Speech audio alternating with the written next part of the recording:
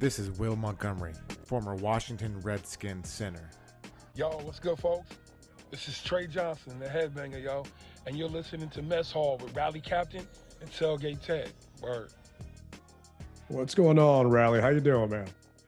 Yo, Ted, I'm doing good, man. Just got off my bicycle and did about 20 miles. So I'm a little winded, but feeling good. It's food for the soul.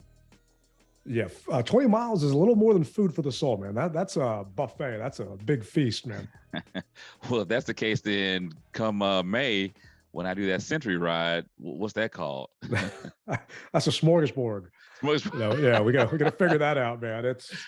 That's crazy, right? I still can't believe you're doing that. Hats off to you. You know, I know that you've been training for this thing for a while. That's exciting to see. I can't wait to hear about how all that goes. I will be sitting on a beach someplace, just trying to learn how to surf and not break anything. So In May. Okay. Oh yeah. I was last time we talked, I was hoping to get to the beach last week. Got to the beach. Mother Nature decided to make it 20 degrees out, and I did not go in the water at all. You mean to tell me you didn't want to be a part of the polar bear plunge? I drove past all those crazy people. There was zero chance. It was 20 degrees out, and then with the wind chill, it was like 6. Yeah. There's just no way you couldn't. I get it's for charity, but I'm sorry. I'll think of other ways to raise money for charity. I don't need to turn myself into a Filipino popsicle. It's just does not make any sense to me. Not the PP. Yeah, zero chance, man. Zero chance. But now you might motivate me to get back on my Peloton. I know I got a green screen back here, but I got one sitting behind me in my little studio. So I might have to jump back on that thing. I seen my boy Chad Dukes is getting back on his, and Hey, man. you're riding your bike all over town. So I might get some inspiration from you guys. Well, B Mitch is my inspiration. Oh, I used to ride. Last year I rode with them a couple times, and the year prior to that a couple times. So, it's just hard with my schedule trying to catch up with those guys. But riding 30 is a good group to be with. So, you could have stopped at catch up with those guys, because B and them have asked me to go out as well, and I've got a hybrid bike. I bought it during COVID, just like everybody else did. Mm-hmm. But I just casually go around town, and Yeah. I follow B on Strava. He follows me. Yeah. And my average miles per hour is nowhere near his. And I'm blaming your it. average? I got to go back and look. I want to say it was maybe less than 10 miles an hour. Oh, yeah. You'll get left. Yeah. And I've heard how he's treated some of the guys that, ride with them in that group. I'm like, I'm going to have to get an electric bike just to try and keep up with you all.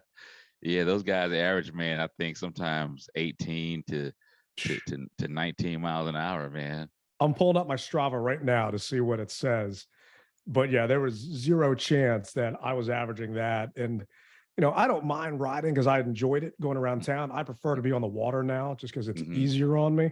Yeah. But the last long ride I did, and I think some of this is because I might stop and take pictures along the way, but it was 21.28 miles around Anacostia Park in DC. And it didn't give me my speed. So I'm thinking there might be a reason why. But hey, hats off to you guys. And maybe one of these days, like, they've invited me to go out and play golf with them, like B and JP and those guys. Like, yeah, I don't want to embarrass myself, man. I know my role. I'll cook them food. I'll drink some scotch with them and some liquor and smoke a cigar. But if you want me to try and do sports with a future Hall of Famer and a blogger, that's going to be pretty. Ugly. Yeah, I got you. Well, I tell you what, I'll take care of the riding for you then. There you go. This is an honor for Ted. Let's go. I'll be at the finish line hanging out there with was it a squirt bottle full of like a vodka cocktail or something waiting for you guys. So that works for me. All right. But speaking of in honor, Ron Rivera just got awarded the Salute to Service Award from USAA. So he is actually the 12th annual winner of the Salute to Service Award. And nice.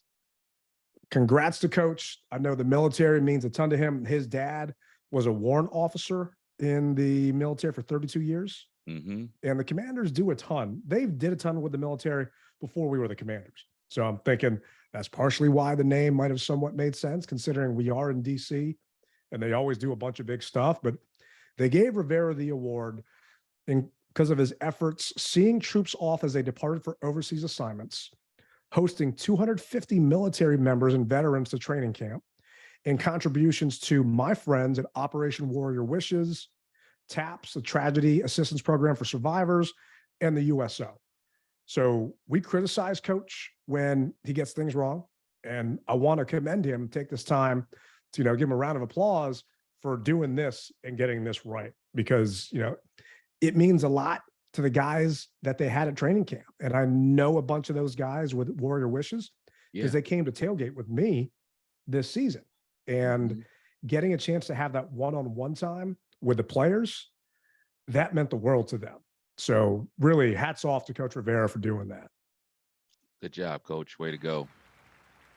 But interestingly enough, Coach actually did a press conference based on winning that award. And the Commanders have been quiet. They haven't actually said or done anything since the end of the season press conference with Rivera and Mayhew. So Coach was on with, I want to say it was NFL Network. So he talked to Andrew Siciliano and a bunch of other talking heads on there. One tidbit that came out of that was Rivera talking about QB1 next year. I'm going to guess you haven't heard this soundbite yet because it just dropped. But no. All right. But I'm waiting with bated breath, brother. I was actually surprised to hear this. So this is actually Rivera talking about QB1 for next season.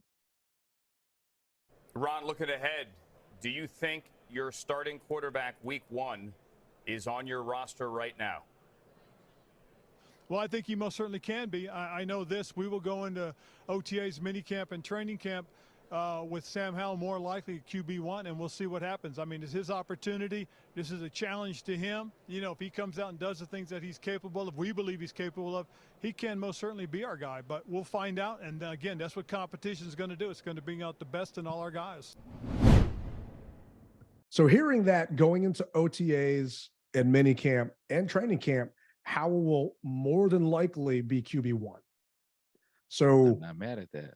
I'm not mad at that either. I'm actually happy to hear that because, we've talked about it. And for those wondering, it's Wednesday, February 8th. I don't want us to get a free agent quarterback.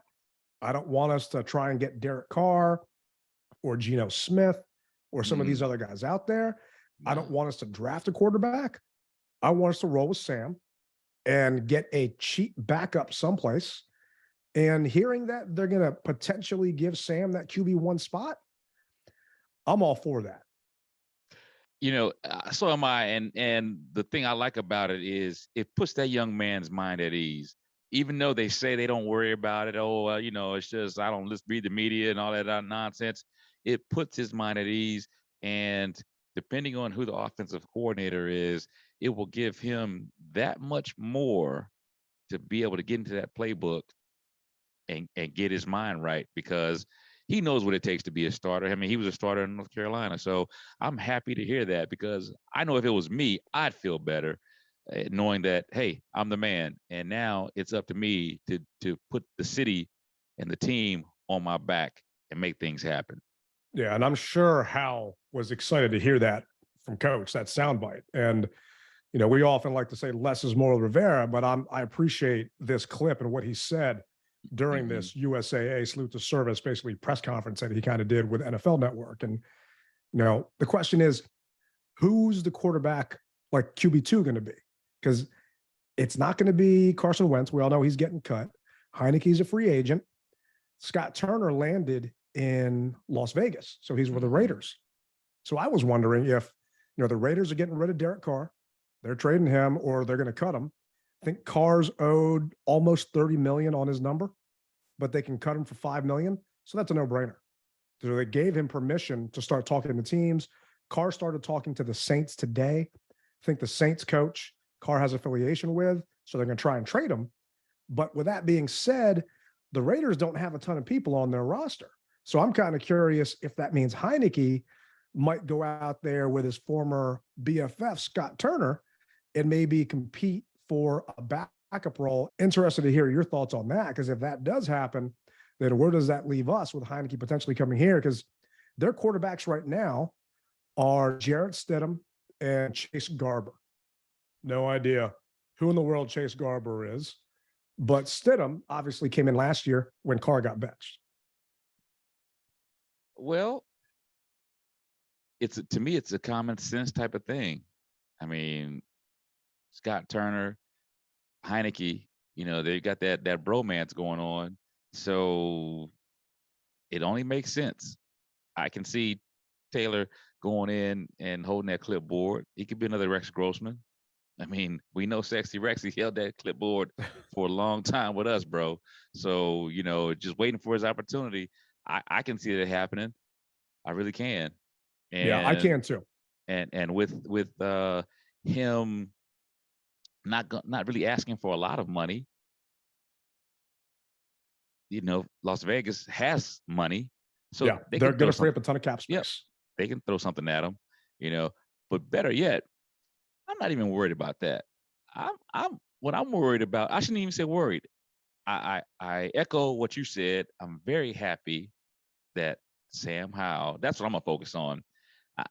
What I can focus on. All that other stuff, it's gonna happen. It's gonna unfold. It's gonna unfold. But Sam being the man, I'm happy with that because we know where our money lays with him, and we know how much money we need to structure to get these hopefully 3 to 4 linemen, and linebackers, and other nuggets. DBs. Yeah, I mean, we got a lot of holes to fill, and if QB1 isn't one, and hopefully with Howell being able to go in there. Now, granted, he had 169 yards against the Cowboys, but he showed some moxie. He showed that he can do this, and I'm not saying he's going to take us to the promised land, but what I am saying is I'm fine riding with Howell into next season and having him be QB1, and then we figure out what we got with him. Because if Howell ain't it, I hate to say it, but Rivera's going to get fired. Then the new guy can bring in someone he wants that he handpicked himself, and we're not stuck in this vicious cycle again. So fingers crossed. Rivera contradicts himself a lot, but fingers crossed what he says here actually stays pat all the way through. Now, I know you're not going to like this, and our listeners may be surprised with this, but believe it or not, based off of Howell's last performance, I equate him to Joe Burrow. I really do. I see him in that realm. Just give the man an opportunity. Because if we remember, Burrow's line was terrible, but he was still getting things done. I see that being the case with Howell. Watch. He definitely has some of those qualities. It's just Burrow has some intangibles. There's a reason why he was drafted so high. And there's also a reason why Howell dropped from a first-round pick to a fifth-round pick. So I'm just hoping he's kind of got that Gilbert Arenas chip on his shoulder, and he tries to prove everybody wrong, and he actually gets a shot to do that, but he doesn't try to do too much. Right. It's all going to come down to who in the world's our offensive coordinator, because they're holding off hope that they can interview Bieniemy after the Super Bowl, but Bieniemy ain't coming here. I'm sorry. It's not happening. I mean, do you think that they even have enough money to even entice him? I mean, come on, man. I do. I think that they have a shot, but it's just if you're Bieniemy, you have so many options. And Bieniemy was on record this past week, and it's actually on Monday at the Super Bowl, talking about how he's only talking about head coaching positions, not offensive coordinator positions. Okay. And Bieniemy actually said, and it was a quote that a lot of people were kind of curious about, but he talked about being where his feet are, which is something Rivera constantly says. So there was a lot of speculation about that, but apparently that's something that Andy Reid has said and others have said in the past.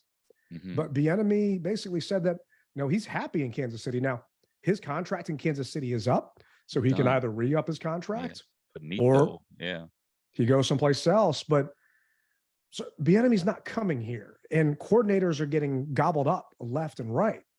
So if you really want one of these other guys out there, you got to start doing something about it. And I'm a little concerned that the guy who I wouldn't mind, the guy from San Francisco that they interviewed, he might get gobbled up by someone else too.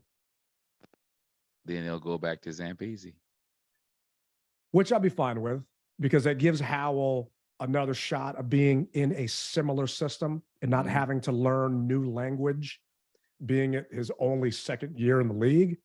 And I think this is all going to get blown up next year anyway. So it doesn't really matter. Mhm. But it's just the dragging and dragging on, which is frustrating, but it's also Super Bowl week. So not a lot of stuff happens Super Bowl week. But something that did happen is the Virginia government actually passed a bill. Governor Youngkin proposed setting aside $500,000, which doesn't sound like a lot, in the VA state budget to plan a potential relocation of the team. The money would let Virginia's Secretary of Finance develop relevant capabilities, conduct planning, and evaluate potential economic incentives in fiscal year 2024.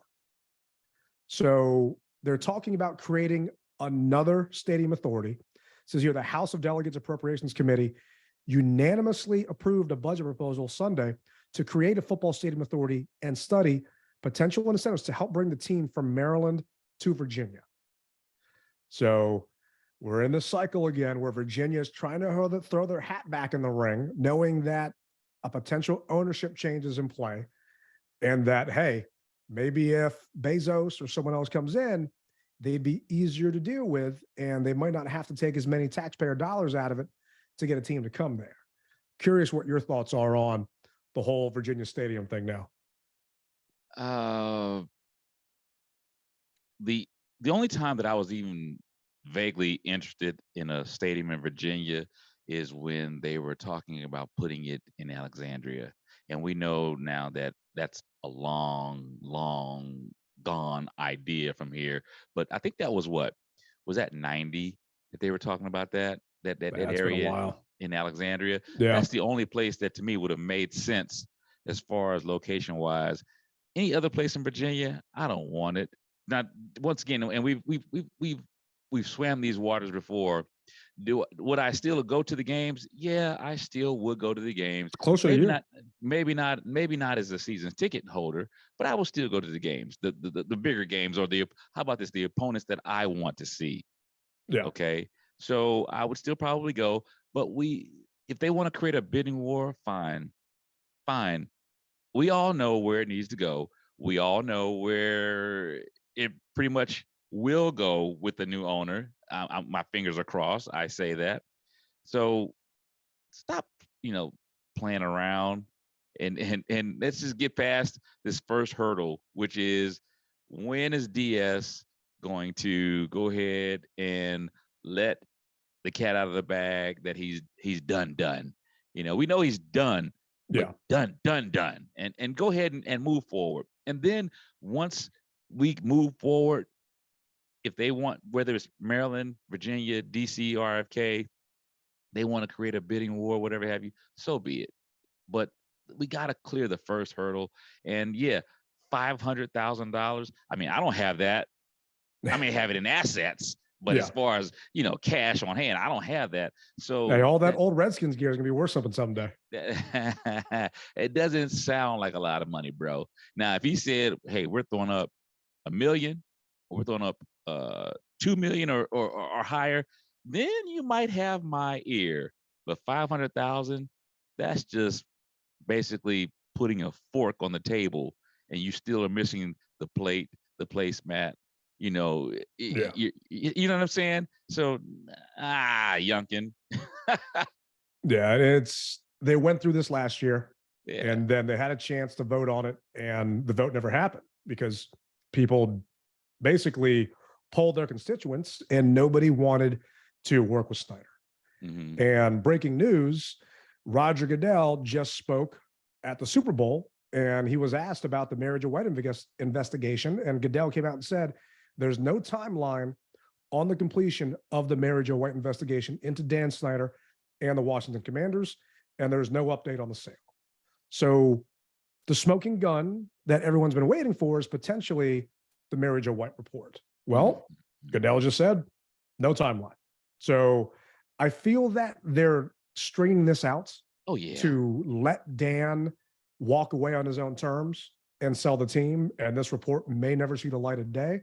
That's just me speculating. Tailgate Ted, I got no reason to believe that from anywhere else. That's just kind of what I'm thinking here, because what's taking so long? They've already been investigated. It'll come out in a 30 for 30. That's what it'll come out on the ESPN 30 for 30. But like I agree with you. I don't think that right now is the time for it to come out because we are basically a month out, from this thing basically being fully sold. So potentially at the earliest, potentially, at the earliest. Yeah. That's what I'm saying. So, why poke the bear, man? Just let him sleep in London. You know what I mean? Oh yeah. And that's, we always say, well, I always say, if our local beat guys aren't the ones talking about it, I don't have time for it. And Charles Gasparano, he is a Fox Business Network analyst, came out with a tweet today saying, quote, "Scoop, NFL sources say sale of Commanders will take place weeks after Super Bowl and owners meeting in March. Despite denials, most people in NFL circles think Jeff Bezos will bid after initial bids are in. Given his wealth, he's most capable to make numbers work for a purchase." Hey, Charles, that's not a scoop, brother. That's something that everybody in their right mind knows. So you need to get that check mark taken away from you on Twitter, unless you actually paid for that thing, because that was probably the worst case of breaking news I have ever seen before. Look, we talked about this several episodes back. Right now, Bezos is, like I said back in the day when I was an eBay hawk, he's just circling. He's just circling in that last minute. He's going to throw it down. Bam! I'm speculating, people. Don't say. Rally Captain said, I'm speculating because that's what I would do if it was me. I'd wait for that last minute, just like when we were bidding heavily on eBay. And for everybody who remembers our podcast that we put out there, I was an eBay hawker. So that sucker could have 10 seconds left, and I'm putting my bid down, and I'm taking everybody to camp, and I'm coming home with the prize. So that's what I see Bezos doing. I see him just circling. You're like, okay, not yet. We still got a couple months on the bid. Nah, let those guys go ahead and fight it out, because I know when I put up my billion or whatever it is that I need, it'll be all good. It's purely speculation on my behalf. So don't say. I hear you. Yeah. And I'm speculating that I don't think he's going to make a bid. Okay. I'm hearing that, they really, really don't want to sell it to him. And Bank of America has been courting Bezos. Bank of America has been reaching out because they get a percentage of the sale. Mm-hmm. So if you're going to get paid Bank of America, you're going to reach out to one of the richest people in the world to try and get them to bid on it. But billionaires don't like being told no. Mm-hmm. And imagine Snyder getting the last. Thousandaires don't like being told no. It's like, I'm a thousandaire and I don't want to be told no. I'm trying to buy a new surfboard and Mrs. Tailgate saying that's way too expensive. And I don't want to hear it. So I might just have to buy it and she'll just see me on it one day. Hey, but sounds familiar. It's Snyder would get the last laugh on Bezos if he sold it for less money just out of spite. And he would be able to just walk away to the sunset in London and just hang out there. So it just makes me wonder, does he really get told no? And Snyder basically give him the cold shoulder, ghost him, because he doesn't have to sell. We actually got a couple text messages asking if it has to go to the highest bidder. No, this is a private sale. Mm-hmm. He can sell it to whoever he wants to. Now, keep that in mind. It has to be approved by the other owners. But the other owners aren't going to not approve a sale that Snyder does to another person that can actually afford it versus Jeff Bezos, because then that would be discrimination at that point. So there's a lot of moving parts, and who knows, but we've been saying on our show, nothing's going to happen until the owners' meetings in March. So not really holding my breath, don't even really care. But when you've got these national guys talking about scoops, when everyone here locally has been saying that, JP Finley, John Keim, all the guys here have been saying that for months. That ain't a scoop, man. You need to listen to DMV Mess Hall, maybe get some of your news from us, because we could have told you that a couple of months ago. Yeah. But we didn't get a chance to talk about it last week. It was 2/2/22. We recorded on 2/1/22. Mm-hmm. And it kind of frustrated me hearing other shows talk about the rebrand and just talk about some of the stuff that happened during it. I wanted to hear, a year in, we're the Commanders. How have you felt about the name change? Do you still slip up every once in a while? I mean, what are your thoughts a year into this? And not talking particularly about, how they rolled it out, just the fact that we are the Commanders now. Bum, ba-dum, bum, bum, bum, bum. Ted, I said it in the beginning, and I'll continue to say it. I didn't have a dog in the fight to begin with. And as I told you, we could have been hypothetically named the Washington Pixies. I'm okay with it. I'm okay with it because I didn't have a say about it. If that makes sense. If they truly came to me and said, "Rally Captain, what do you want?" And I said hypothetically Red Wolves, and I was banking on Red Wolves, and then they came up with Commanders, then yeah, I would be upset. But I never had any say to begin with. We knew that the name was changing. What it was, we didn't know. We're the Commanders now, and that's what it is. So I'm not one of these guys who is still stuck on, I'll never call them the Commanders. They're still Redskins to me. And I've always said it, in my heart, they will never change. They will always be the Redskins in my heart. However, the powers that be above my pay grade have changed the name to the Commanders. And you've got one or two things that you can do with that. Whether you want to hear it or not, you can either go with it or you cannot go with it. But they moved on. So what do you see on my chest? That W is for Washington Commanders. You? And I agree with you. It's just, I did get a chance to talk to them. And this was back when I had a better relationship with the team, before everything completely flipped and turned over. Jason Wright had come on board. We had a private meeting. It was a Zoom at that point to talk to him. And then I got a chance the day we lost our name, and the people that were there, they're no longer there with the team anymore, but I went to FedEx and I sat in my parking spot and I smoked a cigar and I hung out there. And some of the executives saw me there and they invited me in the stadium.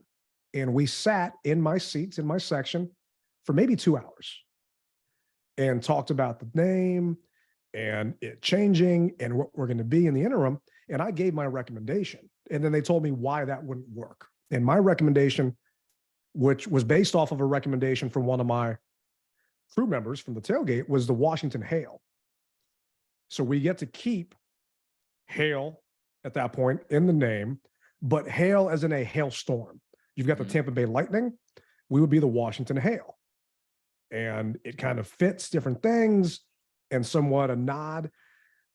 The answer I got back from them was people would take it out of context and turn it around into a Nazi type of name. So I finally understood that. Yeah. Like Heil. Exactly.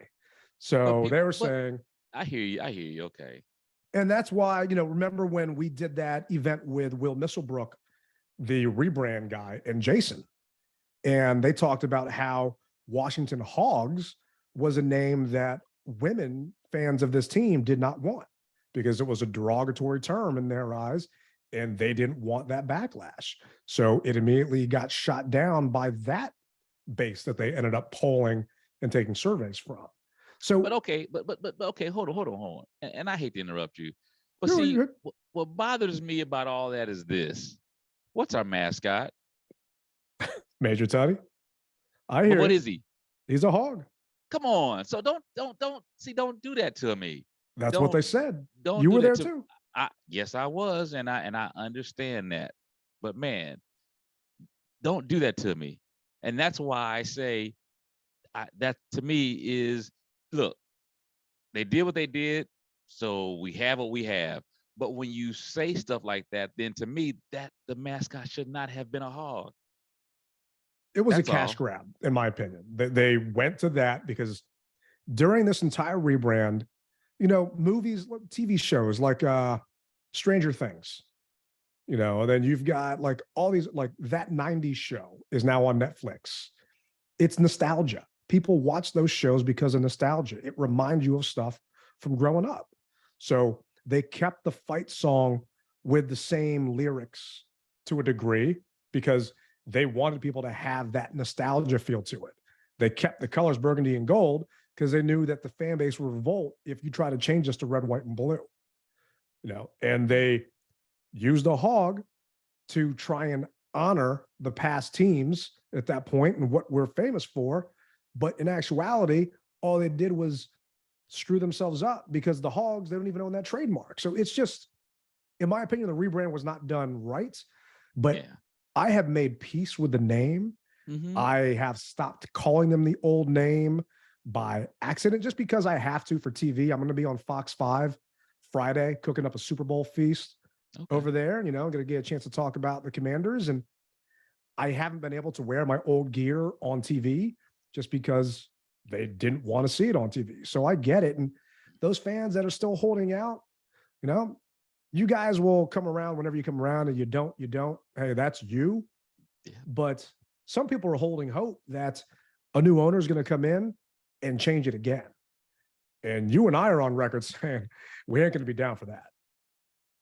No, that's not going to happen. I mean, it's wishful thinking, and you can wish upon a star for anything that you want, but I don't think it's going to happen. So, and I don't hate the name. I really don't hate the name. It does not bother me at all. No, I don't hate it either. Other, you know, the people that wanted Red Wolves, that whole thing, if it wasn't for Smoot, I don't think it would have got that much traction. But hey, we're not it. And people wanted to keep that because you want to keep a hashtag. Then they made our hashtag HTTC to try and go with that nostalgia again. I wish they would have tried to move away and did some creative stuff. You know, I got a friend, she wrote a book, and it was a 2021 like best hits on, I can't remember what exactly it was, like New York Times bestseller list. And she has a deal to write another book. She's not writing a sequel to her book that won a bunch of awards. She's writing an all new original story. You know, sometimes the sequels don't really work out. And I feel like the Commanders and what they try to do with us has been a half-ass sequel. It's like years ago, TV had a writer's strike, and you could tell the quality of the shows went downhill during that strike because you had like the scab guys come in. I feel like that's what this has been. And I'm hoping that all those mistakes are kind of past us and we can just move on as the Commanders. I also wish we would just come up with a nickname, because it's a mouthful to say and it's a pain to tweet that the entire time. The Durs, the commies. I mean, how many times have we heard that? We've heard all these crazy things, man. I mean, it's just it's never ending, man. You know, it's just, and from these Eagles fans that are in the Super Bowl, and you were up there when we won that game, you know, it's just, I can't imagine the things that they were calling you when you were in the stands after we ended up beating them that night up there. But can you believe that there are Commanders fans that are pulling for the Eagles right now in the Super Bowl? I can. And the only reason why I can is because they are pretty close to us. I mean, in proximity, it's only about a 2.5-hour drive, 2-hour drive. So, and they are NFC East. So that's the only reason why. I get asked all the time, so who you rooting for the game? And I said, neither team. Just give me a good game. Oh, come on, you got to like somebody. I said, I don't. I just don't. I mean, it's nothing against Kansas City, nothing against the Eagles. I just don't have a dog in the fight. Just give me a good game. And that's what I want to see. And no, I will not be doing anything with DraftKings this weekend.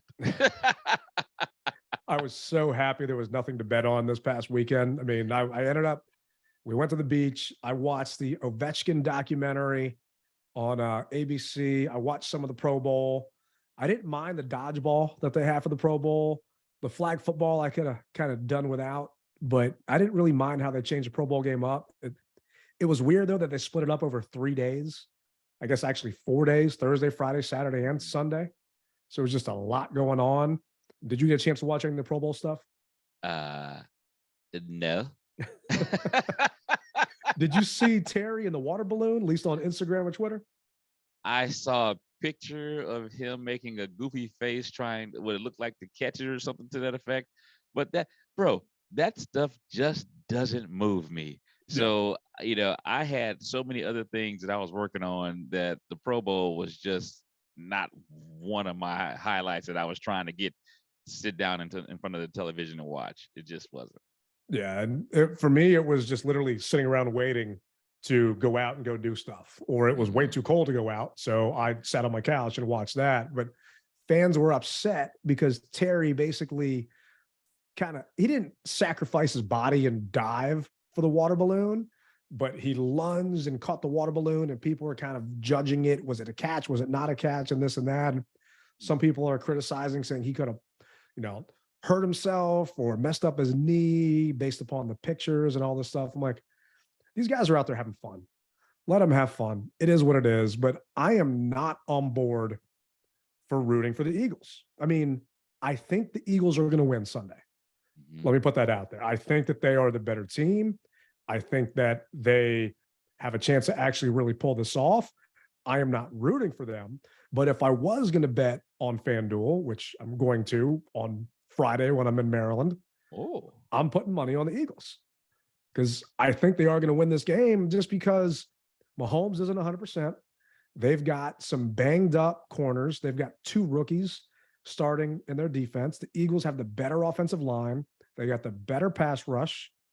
It's just, what can Andy Reid scheme up?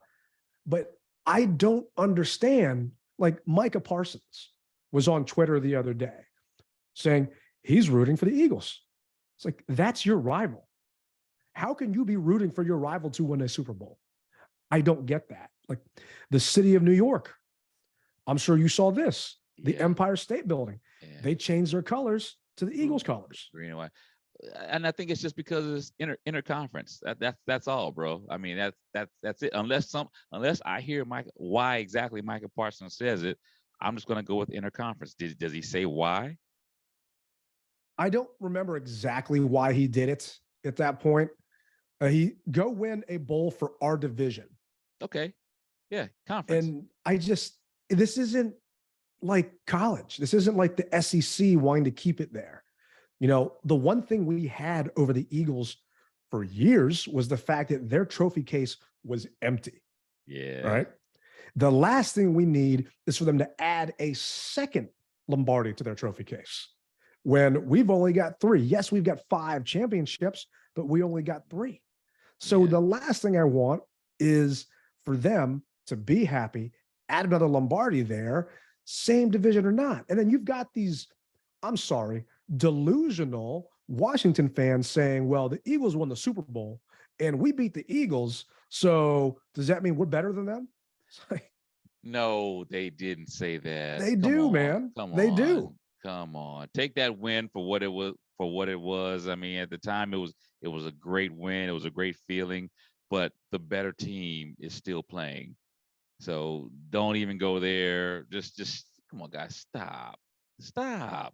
That's the thing, though. That's just, and Pete Haley was on 106.7 The Fan today saying that he can see Ron Rivera talking about, if the Eagles win, talking about how we beat them and that game plan, because we ran the ball 49 times, and see, we should run 2-1 because that's how we beat the eventual Super Bowl champions. And I can actually see Rivera saying that too. So that's another reason why I don't want them to win. He's going to hang his hat on it. And truthfully, that's one of your highlights of the year in prime time. So I can see you hanging your hat on it. But you know as well as I do that we need more. Oh, yeah. And we need a lot more.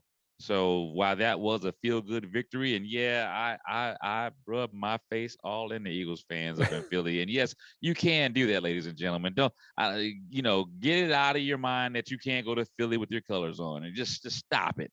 All right, because I did it, I do it, and I will continue as long as God allows me to, or whoever you pray to allows me to. Then that's what I'm going to continue to do. So just cancel that. But I can see him doing that, and because it's a feel-good story. It's a feel-good story. it is a feel-good story, but it's just, and hey, people can root for whoever they want to root for. I just don't get it, and will never understand why you would ever root for someone in your division, because that is your direct competition. And to actively poll and be okay with them. And this came out of a poll that was looking at geotags from people rooting for the Eagles. So these are people in our area that are tweeting about it. And maybe all the Commanders fans have just had that mental vacation, like Rivera playing golf at the Pro-Am, and they just haven't been on social media. I don't know. I am not okay with Commanders fans, Washington fans pulling for them. But hey, y'all do you. It is what it is. I just don't want to see you at my tailgate next year, because I ain't going to feed you. Once you root for the Eagles, to me, you're an Eagles fan. And I don't like Eagles fans. You can't keep up with everybody that roots for Eagles fans. It sounds good. I know it does, but you can't keep up with everybody, brother. We used to, it was a Ravens game years ago, man. Mm-hmm. And I actually ended up getting a metal detector. So we would pat you down with a metal detector if you were a Ravens fan and you came to the tailgate. And then we had a Polaroid camera and we put up a wall of shame. And we took a picture of y'all. And if you wanted to come eat and hang out with us, we patted you down. We did the metal detector just as a joke. And we hung your picture up there. And there were a couple fans that we let join us. But I hate Ravens fans maybe as much as I can't stand Cowboys fans. Wow. And I know you've been to M&T. Yes, I have. They despise Washington. I mean, Baltimore does not like DC. They've got little brother syndrome. And the vitriol that they constantly throw at us because we get coverage and they don't, even though their team wins and we don't, they just haven't got over it. So I'm just not a fan of, other than Matt Valdez from the Junkies, I can't stand Ravens fans. Man, I honestly can say that everywhere that I've been, I may start off getting jaw jacked, but once people talk to me, that goes out the window. So I can't say that I really have a hate. Eagles definitely. I can say that their mouths just no matter, even if they get to know me, they still feel they can just talk to you, kind of way. So I don't like that. But and I think Dallas is second. But man, I just let it go, bro. But I will not be rooting for the Eagles. I will not. Just show me a good game, and whoever wins, my hat's off to them. And that's all I can say about that. Yeah, it will be hopefully a good game. That's what I'm praying for. You going out anywhere for it? You just hanging home? I'm chilling like a villain, brother. I still have never been in. Actually, no, I've been invited to one Super Bowl party. It goes back to my whole no one invites me to a barbecue because they don't want to feed me. They're worried about me critiquing their food. And, people, I'm not going to critique your food to your face. To your face? Dang. If it's good, I'll tell them. But if it's bad, I'm not going to say anything. Behind her back, man. Rally Captain invited me over for a Super Bowl party, and this food was trash. I love the dude, but this food was trash. Like, you gonna do that to me, Ted? You would do that to me, man, because your food ain't going to be trash. So it's you're right, because I would go to ZZQ in Richmond and bring it back. Then I'm coming over. I would be there in a heartbeat. It's just, I was at Costco today because I'm getting ready for my Fox 5 appearance. Yeah. And I'm buying stuff. And I had a bunch of people ask me like what they should make for the Super Bowl. Like, I might have to start like a tip hotline or something. If you guys want recipes for the Super Bowl and your different parties, you can call me, at 202 blah, blah, blah. And, we can figure that out, like a 900 number from back in the day. But yeah, I think I'm just hanging out at home, just watching the game here with my leftovers from TV. And then just going from there. Can't go wrong with that 7-layer dip. Yeah, I'm actually going to be making a cheesesteak queso. So instead of a regular queso, Philly cheesesteak style, and then some Kansas City pulled pork sliders. Oh, that sounds good. With some Hawaiian bread and some coleslaw on top and some fried jalapenos, man. So, yeah, what time are you doing that? Hey, whatever time you want to come over, the address, man. That's not a problem. And you can critique my food and tell me the truth in front of me. That's fine. Well, let's see, you've already got my nod of approval from the Greens. So, if they seem like those Greens, it's all gravy, baby. That's how it is. I'm going to start prepping that when we get done with the show. So fingers crossed. But talking about nod of approvals, the Commanders have on May 1st, they have to see if they're going to exercise Chase Young's 5th-year option. So yeah, May 1st, the teams have to actually see if they want to pick that option up. They decided not to pick up Daron Payne's option this past year. Chase's option is going to be $17.45 million in 2024. So it's not this year's cap. It's exercising if they're going to keep him on that 5th year in 2024. Given the fact of what he's done, that he has had 9 career sacks, 7.5 he got his rookie year, and that he got hurt in 21 and only played 3 games this year, and knowing what they've got to do you exercise his option? Chase is one of these guys who I think for the longest time, the team does a thing that's called, but he could do this, or he possibly could do that. What the upside is, that's where Chase is, I believe. And so you're damned if you do, damned if you don't. And I hate to be in limbo like that, but that's just how it is right now, man. We know the kid, if he's right, what he can do, but we also know if he's wrong, what he can do. And we've seen both sides of the spectrum. And I kind of hate that they waited, if he was healthy, that is, that they waited to bring him in so late in the season. If he wasn't healthy, then okay, we've been over that already, numerous of times. But if he was healthy and they waited this long, then you did yourself and you did him, Chase, a disservice. I think that, and I'm going to say this right now, I don't know too much about or understand necessarily the 5th-year option. So is it a situation where if rookies have a 4-year deal? So rookies have a 4-year deal, and first round rookies. And it is up to the team if at the end, basically of, not the end, but coming up to the end of their deal, they can exercise a automatic 5th year. And the NFL comes out with the values each year of that 5th year because they're technically not under contract. The team has the option if they want to keep him under contract. So they did this with Montez Sweat. They exercised his option for $11.5 million. They did this in April of last year. They had a chance to do it with Daron Payne, and they decided not to. So technically, Payne would be under contract next year if the team exercised his option, and they could have got him for cheaper. The franchise tag, I think we said, was $17 million or $18 million for Daron.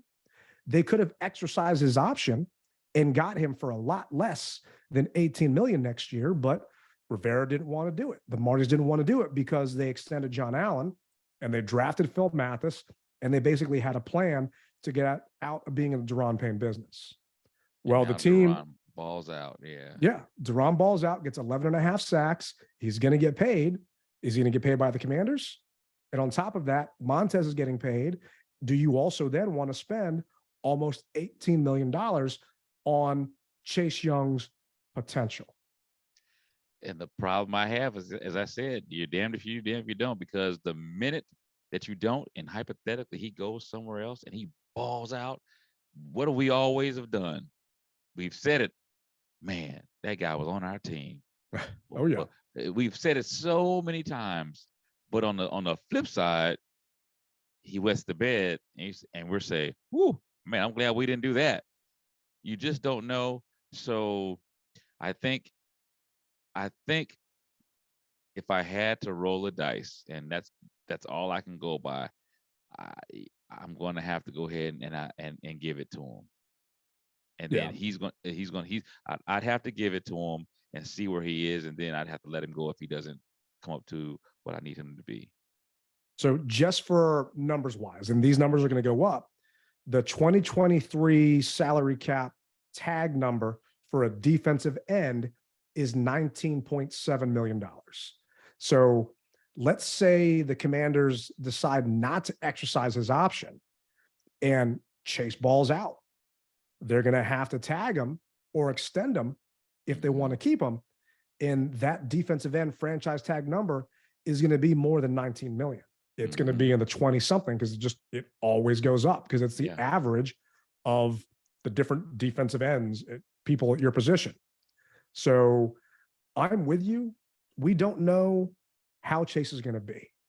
Just hope that he gets an entire healthy offseason where he's not on the aspirin cycling team and he's not coming back from something. You know, I hope Chase is not doing a century ride with you, sitting out there, you know, on the turf field, and they get a chance and they extend this guy.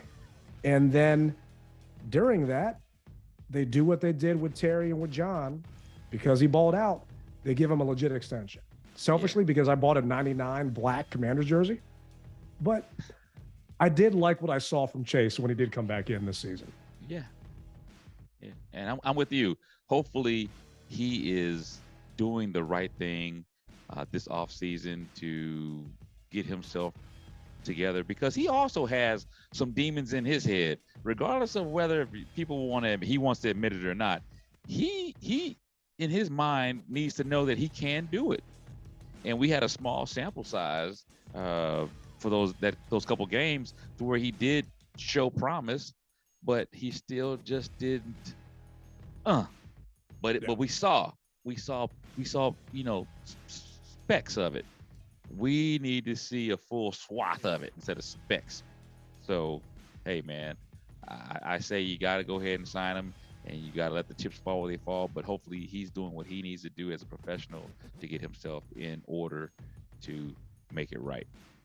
Yeah. I mean, to me, for Chase to live up to his draft pick, he's got to be like, Joey Bosa or Nick Bosa, whichever the one plays for the Niners. He's got to be disruptive like that for where we took him, because he is always going to be compared to us potentially taking a quarterback at that spot in his draft class. And right now, he hasn't lived up to it, and we're still in QB hell. But extend the young man, exercise his option, not extend him, exercise his option, because this team has 99 problems. And let's not add Chase to be another one of them. Let's figure out the rest of it. Let's see what Sam does, and let's just go from there. My man, I like how you slid it in there like that. Well, I hear the music playing in the background, which lets me know that we have come to our time to close out another edition of the DMV Mess Hall. Ted, I appreciate it, my brother. Thank you for always bringing the fun and the knowledge, and everyone who's listening. Thank you, guys. I always say you could be listening to any other podcast, but you decide to tune in to the DMV Mess Hall. So on behalf of Rally Captain and Tailgate Ted, we're going to be out.